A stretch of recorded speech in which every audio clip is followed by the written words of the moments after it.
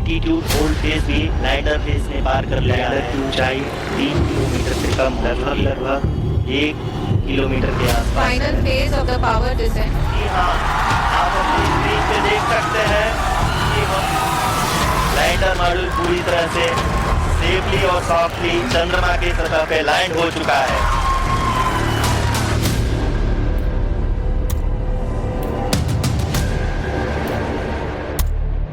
चांद पर हिंदुस्तान के रोवर का एक एक कदम नई नई खोज कर रहा है।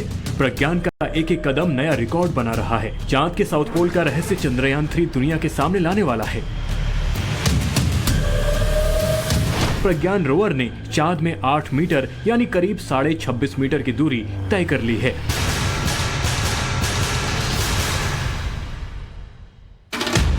चांद के दक्षिणी छोर पर चलने वाला रोवर पहली मशीन है जिसके पहिए हर कदम के साथ हिंदुस्तान के अशोक चिन्ह और इसरो की छाप छोड़ रहे हैं। प्रज्ञान रोवर ने यह रिपोर्ट 25 अगस्त शाम 6:19 पर भेजी।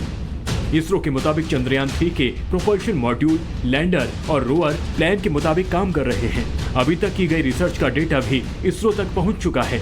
प्रज्ञान रोवर की रिसर्च को करीब 72 घंटे बीत चुके हैं। इस दौरान प्रज्ञान रोवर ने चांद की सतह से सैंपल इकट्ठे किए।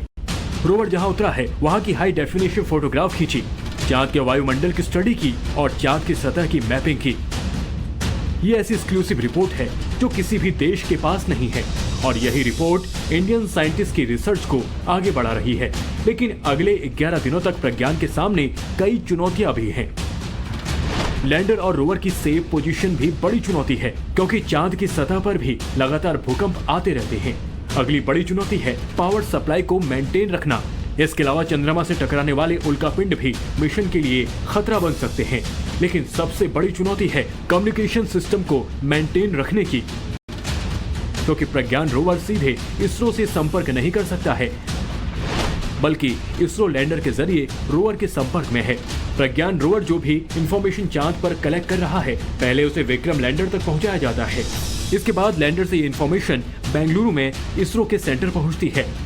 विक्रम लैंडर के संपर्क में सिर्फ प्रज्ञान रोवर ही नहीं बल्कि चंद्रयान 3 का प्रोपल्शन मॉड्यूल और चंद्रयान 2 का ऑर्बिट भी है। यानी इस वक्त चांद से इसरो सेंटर तक डाटा पहुंचाने के 4 सोर्सेज हैं।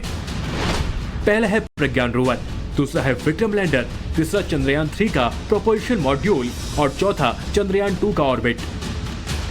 चंद्रयान 2 का ऑर्बिट लगातार मिशन चंद्रयान 3 पर नजर रख रहा है। चंद्रयान 3 का लैंडर जहां उतरा है वहां की तस्वीर चंद्रयान 2 के ऑर्बिट ने भेजी है। चंद्रयान 2 के ऑर्बिट ने 2 तस्वीरें भेजी। पहली तस्वीर 23 अगस्त की दोपहर 2:28 पर ली गई जिसमें चांद की सतह पर कोई लैंडर नहीं दिख रहा है। दूसरी तस्वीर 23 अगस्त की रात 10:17 पर ली गई थी जिसमें विक्रम लैंडर चांद की सतह पर उतरा हुआ दिख रहा है। पहली रिपोर्ट के मुताबिक प्रज्ञान रोवर ने चांद की सतह पर 8 मीटर तक रिसर्च की और पानी की खोज अभी भी जारी है। पानी खोजने का चैलेंज इसलिए टफ है क्योंकि ना तो पानी की सही लोकेशन पता है और ना ही पता है कि पानी किस फॉर्म में होगा। हो सकता है पानी प्रज्ञान रोवर के आसपास ही हो, ये भी हो सकता है कि चांद पर मौजूद पानी सतह के नीचे हो या फिर आइस फॉर्म यानी बर्फ की शक्ल में मिले। उम्मीद ये भी है कि पानी अपने शुद्ध फॉर्म में ना होकर किसी खनिज के साथ मिले। इसरो को जल्दबाजी इसलिए नहीं है क्योंकि प्रज्ञान रोवर की रिसर्च अपने इनिशियल स्टेज में है। रोवर अभी मात्र 8 मीटर ही चला है जबकि वो विक्रम लैंडर से 500 मीटर यानी 1600 मीटर के दायरे में रिसर्च कर सकता है। इस दौरान उसकी स्पीड 1 सेंटीमीटर प्रति सेकंड होगी यानी प्रज्ञान रोवर 1 मिनट में करीब 2 फीट की दूरी तय करेगा। रोवर अगले 11 दिनों तक चांद की सतह पर तब तक काम कर सकेगा जब तक सूरज की रोशनी से ऊर्जा मिलती रहे।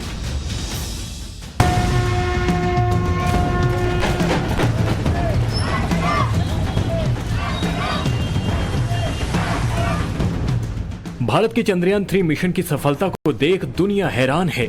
अमेरिका, रूस से लेकर चीन और जापान तक समझ नहीं पा रहे कि जहां उनकी स्पेस एजेंसी नहीं पहुंच पाई, चांद पर कई सफल मिशन के बाद भी जहां उतरने की हिम्मत नहीं जुटा पाए, उस साउथ पोल पर भारत ने कैसे न सिर्फ सफल लैंडिंग की बल्कि ऑपरेशन रिसर्च भी जारी है। लेकिन ये सफलता 2-4 दिन या पिछले 4 साल से नहीं मिली बल्कि सफलता के पीछे भारत के पिछले 2 चंद्रयान मिशन का भी बड़ा हाथ है। पहला चंद्रयान मिशन अक्टूबर 2008 में लॉन्च हुआ। मिशन भले ही फेल हुआ, लेकिन उसने दुनिया को सबसे पहली बार बताया कि चांद पर पानी की मौजूदगी है। जबकि दूसरा चंद्रयान मिशन जुलाई 2019 में लॉन्च हुआ। इस बार चांद पर भले ही क्रैश लैंडिंग हुई, लेकिन ये हिंदुस्तान को ये पता चल गया कि चांद के साउथ पोल पर कैसे उतरा जा सकता है और चांद पर लैंडिंग में क्या चुनौतियां हैं। हालांकि क्रैश लैंडिंग के बाद भी चंद्रयान 2 को 98% सफल बताया गया था। अब चंद्रयान 3 ने दोनों मिशन से सबक लेते हुए 100% सफलता हासिल कर ली है और जल्द ही पानी वाली गुड लक न्यूज भी दुनिया को मिलेगी। इस बीच ऐसी खबर आई जिसने चंद्रयान 3 के वैज्ञानिकों को परेशान कर दिया। कई मीडिया रिपोर्ट्स में बताया जाने लगा कि चांद पर सिर्फ प्रज्ञान रोवर ही रिसर्च नहीं कर रहा, बल्कि वहां एक और रोवर मौजूद है जो न सिर्फ एक्टिव है बल्कि प्रज्ञान रोवर की तरफ बढ़ रहा है और जल्द ही दोनों की टक्कर हो सकती है। हमारी रिसर्च में भी चौंकाने वाला खुलासा हुआ। स्क्रीन पर दिखाई दे रही चांद की तस्वीरों में लाल स्पॉट वो हिस्से हैं जहां अलग अलग देशों ने अनमैन्ड लैंडिंग की, जबकि नीले स्पॉट पर इंसानों के साथ लैंडिंग की गई। वहीं नीचे पीले रंग के स्पॉट पर चंद्रयान 3 की लैंडिंग हुई है। चंद्रयान का जो हिस्सा दिख रहा है वहां सिर्फ प्रज्ञान रोवर एक्टिव है, लेकिन चंद्रमा के पिछले हिस्से में एक और रोवर की हलचल है। यह है चीन का वो रोवर Yutu-2 जो कि 2019 की शुरुआत से काम कर रहा है। चीन का यह मिशन चांद के दूसरी ओर है जिसे धरती से नहीं देखा जा सकता है। जनवरी 2022 तक Yutu-2 ने 1 किलोमीटर की दूरी तय कर ली थी। चीन का रोवर Yutu-2 भले ही सबसे ज्यादा दिनों तक एक्टिव रहने वाला रोवर हो, लेकिन जिस जगह वो है वहां से प्रज्ञान तक पहुंचना उसके लिए नामुमकिन ही है। इस बीच चांद की उस जगह का नामांकन भी हो गया जहां चंद्रयान 3 ने 23 अगस्त को लैंडिंग की। अब उस जगह को शिव शक्ति के नाम से जाना जाएगा, जिसकी घोषणा की प्रधानमंत्री नरेंद्र मोदी ने। ग्रीस से लौटते ही नरेंद्र मोदी सीधे बेंगलुरु गए, वैज्ञानिकों से मिले और उन्हें सैल्यूट किया। इस दौरान प्रधानमंत्री मोदी इतने भावुक हो गए कि उनका गला रुक गया। आपको दिक्कत हुई होगी, लेकिन मैं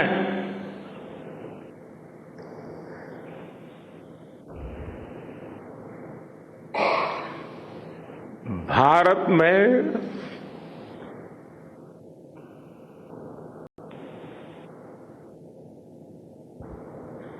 आते ही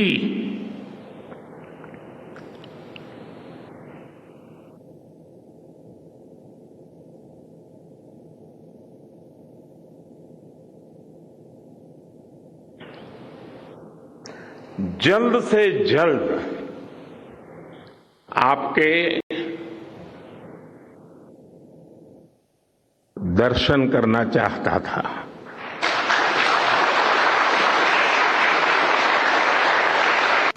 चंद्रयान 3 की सफलता पर प्रधानमंत्री मोदी की खुशी का अंदाजा इसी बात से लगाया जा सकता है कि उन्होंने चंद्रयान 3 की लैंडिंग वाले दिन 23 अगस्त को नेशनल स्पेस डे के रूप में मनाने तक की घोषणा कर दी। यही नहीं, जहां चंद्रयान 3 की लैंडिंग हुई है उसे शिव शक्ति और चंद्रमा के साउथ पोल पर ही जिस जगह चंद्रयान 2 ने अपना निशान छोड़े थे उस पॉइंट का नाम तिरंगा घोषित कर दिया। चंद्रमा के जिस स्थान पर चंद्रयान 2 ने अपने पद चिन्ह छोड़े हैं वो पॉइंट अब तिरंगा कहलाएगा। जिस स्थान पर चंद्रयान 3 का मून लैंडर उतरा है, अब उस पॉइंट को शिव शक्ति के नाम से जाना जाएगा। आपको बता दें कि चांद पर जिस जगह चंद्रयान के पहले मिशन के निशान हैं, उस जगह को जवाहर पॉइंट घोषित किया गया था।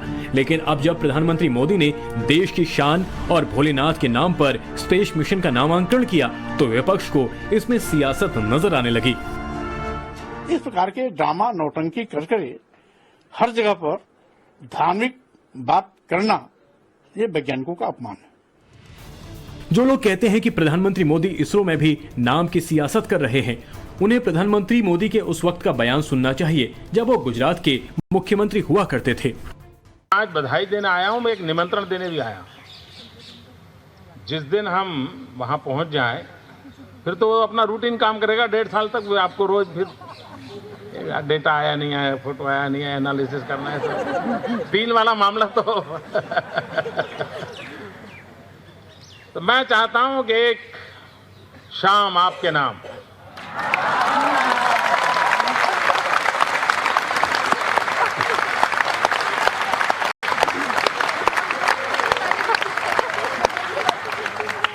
मैं चाहता हूँ कैंपस आप तय करें, जहाँ भी सुविधा हो, पूरा इसरो पूरा, और पुराने भी लोग हैं उनको भी बुलाइए सर। बात जब देश को आगे बढ़ाने की हो तो प्रधानमंत्री मोदी सिर्फ बातें नहीं करते।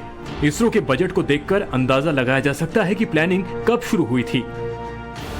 भारत के स्पेस सेक्टर का सरकारी बजट 2013 से 14 में 5,615 करोड़ रुपए था, जो 10 साल में बढ़कर 12,543 करोड़ रुपए हो गया।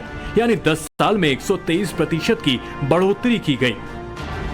जब से मोदी सरकार आई है तब से न सिर्फ इसरो का बजट बढ़ा है, बल्कि हौसला भी आसमान से ऊंचा हो गया है।